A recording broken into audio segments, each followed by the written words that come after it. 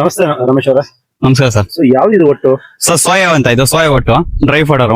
So ಇದು ಏನಕ್ಕೆ major ಆಗಿ ಯೂಸ್ ಮಾಡೋದು? ಸೊ ಅದು ಸೋಯಾ ಬಂದ್ಬಿಟ್ಟು ನಿಮ್ಗೆ ಗೊತ್ತಲ್ವಾ ಸರ್, ನಿಮ್ಗೆ ಗೊತ್ತಲ್ಲ ಸೋಯಾ ಚಿಕ್ಸ್ ಎಲ್ಲ ಮಾಡ್ತಾರೆ, ಸೋಯಾ ಚಿಕ್ಸ್ ಮತ್ತೆ ಹೈ ಪ್ರೋಟೀನ್ ಇದೆಲ್ಲ ಮಾಡ್ತಾರೆ ಇದರಿಂದ. ಮತ್ತೆ ನಾವು ಮೇಕೆಗಳಿಗೆ ಅಂತ ನಾವು ಅಲ್ಲಿಂದ ಮಹಾರಾಷ್ಟ್ರದಿಂದ ತರಿಸಿದೀವಿ.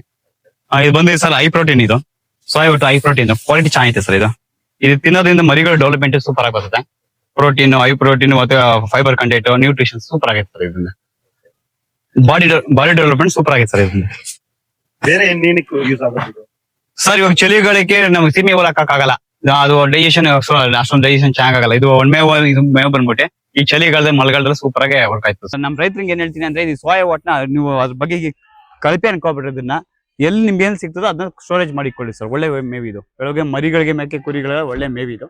ಆದಷ್ಟು ನೀವು ಸ್ಟೋರೇಜ್ ಮಾಡಿಕೊಳ್ಳಿ ಸರ್. ಸೊ ಇದು ಜಾಸ್ತಿ ಕೊಡೋದ್ರಿಂದ ಏನು ಪ್ರಾಬ್ಲಮ್ ಆಗಲ್ವಾ? ಸರ್ ಏನಿಲ್ಲ ಸರ್, ಪ್ರಾಬ್ಲಮ್ ಏನಿಲ್ಲ. ಅದು ಡೆವಲಪ್ಮೆಂಟ್ ಚೆನ್ನಾಗಿರುತ್ತೆ, ಮರಿಗಳು ಬೆಚ್ಚಗೆ ಈ ಚಳಿಗಳಿಗೆ ಸೂಪರ್ ಆಗಿರುತ್ತೆ ಸರ್. ಸೋಯಾ ಒಟ್ಟು ಕ್ರಾಂತಿ ತಕ್ಕನಂಗೆ ಇರ್ತದೆ. ಇದು ಸೋಯಾ ಒಟ್ಟು ಹೆಂಗೆ ಅಂದ್ರೆ ಮರಿ ಮತ್ತು ಡೆವಲಪ್ಮೆಂಟ್ ಗೆ ಸೂಪರ್ ಆಗಿರುತ್ತೆ. ಇದು ಮರಿ ಡೆವಲಪ್ಮೆಂಟ್ ಗೆ ಒಳ್ಳೆ ಡೈಜೆಷನ್ ಆಗ್ಲಿ, ಜೀರ್ಣಿಕೆ ಆಗ್ಲಿ ಒಳ್ಳೆ ಜೀರ್ಣಿಕೆ ಒಳ್ಳೆ ಮೇವು ಸರ್ ಇದು.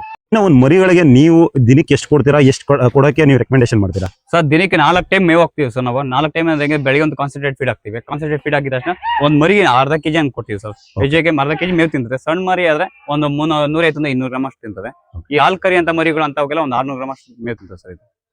ಈ ಸೋಯಾ ಒಟ್ಟು ನಿಮ್ ಫಾರ್ಮಲ್ಲಿ ನೀವು ಎಷ್ಟು ದಿವಸದಿಂದ ಯೂಸ್ ಮಾಡ್ತಾ ಇದ್ರೆ? ಸರ್ ಇದು ಒಂದೂವರೆ ತಿಂಗಳಿಂದ ಯೂಸ್ ಮಾಡ್ತಾ ಇದ್ದೀವಿ ಸರ್. ಯೂಸ್ ಮಾಡ್ತಾ ಇದ್ದೀವಿ. ರಿಸಲ್ಟ್ ಹೆಂಗಿದೆ, ಇದು ಬೆನಿಫಿಟ್ ಹೆಂಗಾಗಿದೆ ನಿಮ್ಗೆ?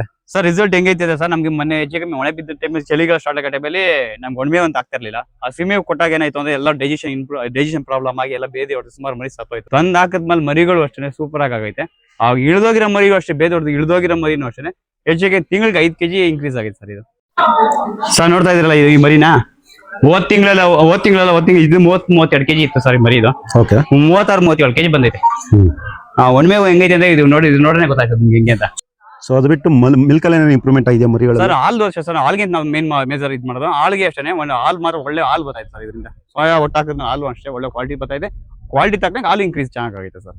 ಸೊ ಇನ್ನು ಫಾರ್ಮರ್ ಇದನ್ನ ಯೂಸ್ ಮಾಡೋದ್ರಿಂದ, ಇದನ್ನ ಶೇಖರಣೆ ಮಾಡೋದ್ರಿಂದ, ಅವ್ರು ಯೂಸ್ ಮಾಡೋದ್ರಿಂದ ಏನ್ ಬೆನಿಫಿಟ್ ಆಗ್ಬೋದು ಸರ್? ಇದ್ರ ಬೆನಿಫಿಟ್ ಹೆಂಗೆ ಅಂತ ಹೇಳಿದ್ರೆ, ಇದರಿಂದ ಹಾಲು ಉತ್ಪಾದನೆ ಚೆನ್ನಾಗೈತೆ. ಮತ್ತೆ ಗ್ರೋತ್ ಅಷ್ಟೇ, ಮರಿ ಗ್ರೋತ್ ಸೂಪರ್ ಆಗಿ ಗ್ರೋತ್ ಆಗ್ತಾ ಇದೆ ಸರ್. ಇದರಿಂದ ಗ್ರೋತ್ ಒಳ್ಳೆ ಗ್ರೋತ್ ಆಗ್ತಾ ಇದೆ. ಮತ್ತೆ ಡೈಜೆಷನ್ ಅಷ್ಟೇ ಜೀರ್ಣ ಚೆನ್ನಾಗಿ ಮಾಡ್ಕೊಂತ ಐತೆ. ತಿಂದು ನೀರು ಕುಡಿದು ಮರಿ ನೋಡಕ್ಕೂ ಅಷ್ಟೇ ದಷ್ಟ ಕಾಣ್ತಾವ ಸರ್. ಓಕೆ. ಸೊ ಈಗ ಸದ್ಯಕ್ಕೆ ನಿಮ್ಮ ಹತ್ರ ಸ್ಟಾಕ್ ಎಷ್ಟಿದೆ ಸರ್? ನಮ್ಮ ಹತ್ರ ಹೆಚ್ಚಿಗೆ ಇಲ್ಲೊಂದು 8 ಟನ್ ಇದೆ, ಒಂದು 6 ಟನ್ ಇದೆ ಸರ್. ಸೊ ಅಲ್ಲೂ ಸ್ಟೋರ್ ಮಾಡಿದ್ದೀರಾ? ಮಾಡಿದ್ದೀವಿ ಸರ್. ಓಕೆ ರಮೇಶ್ ಅವರು. ಥ್ಯಾಂಕ್ ಯು ರಮೇಶ್ ಅವರ. Thank you sir.